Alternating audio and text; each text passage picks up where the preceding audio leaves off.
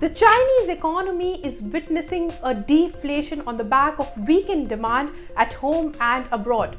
The consumer price index has dropped 0.3% year-on-year as per official data.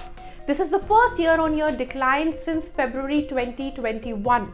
The producer price index also fell for the 10th consecutive month and it was down 4.4% from 1 year ago.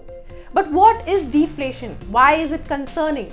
Will India benefit from this and what are the challenges? Hello and welcome, I'm Pallavi Sharma and you are watching MoneyWise with ET Now. Let's begin.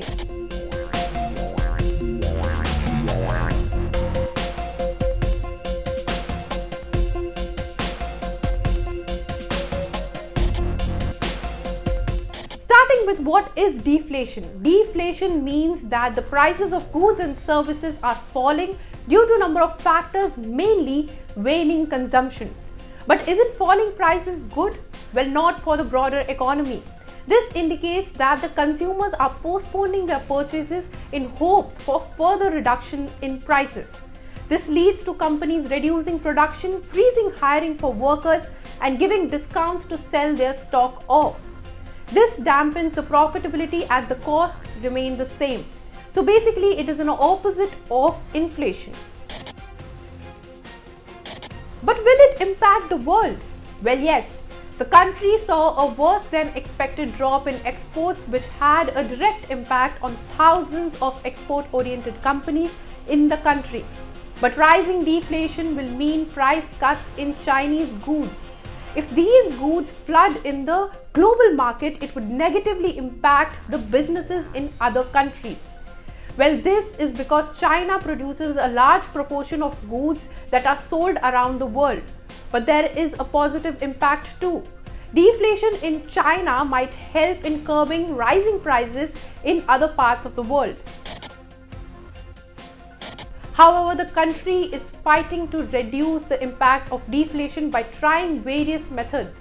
In July, the government unveiled plans to encourage the purchase of EVs and household appliances. It has announced a series of measures to boost consumption across the country through large-scale festivals, sporting events, and much more. But is that enough? Well, experts say no. Because 1 in 5 young people in the country are unemployed. The geopolitical tensions are affecting the country's trade. China is now exporting less goods to the US than exporting to Mexico. Country's exports fell by 14.5% year-on-year in July and imports dropped 12.4%. Recently also, there have been mounting fears that China is entering an era of slower economic growth. There have been rapid hikes in interest rates and even investment banking firms like Morgan Stanley have downgraded the country's rating. But while doing that, it upgraded India's rating, pointing out that India's GDP will grow at a 6.5%, while China will be likely around 3.9%. It said that India's future looks like China's past, which was definitely brighter than the country's situation now. But there are challenges.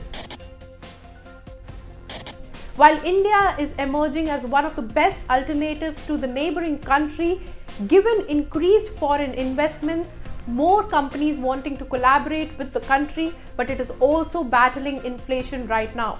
Vegetable prices, wheat prices, and food prices together are up in the country, affecting the common man massively.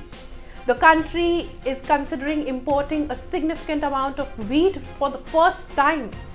It has also considered cutting import taxes on wheat. We already have banned non-basmati white rice exports. But there is still hope because this might be a temporary concern. The inflation estimate for the whole year looks positive. RBI's MPC meet is held tomorrow and the central bank may not raise interest rates as per analyst expectations. For updates on what will happen in the meeting, keep watching ET Now. If you like this video, then like, share and subscribe to ET Now.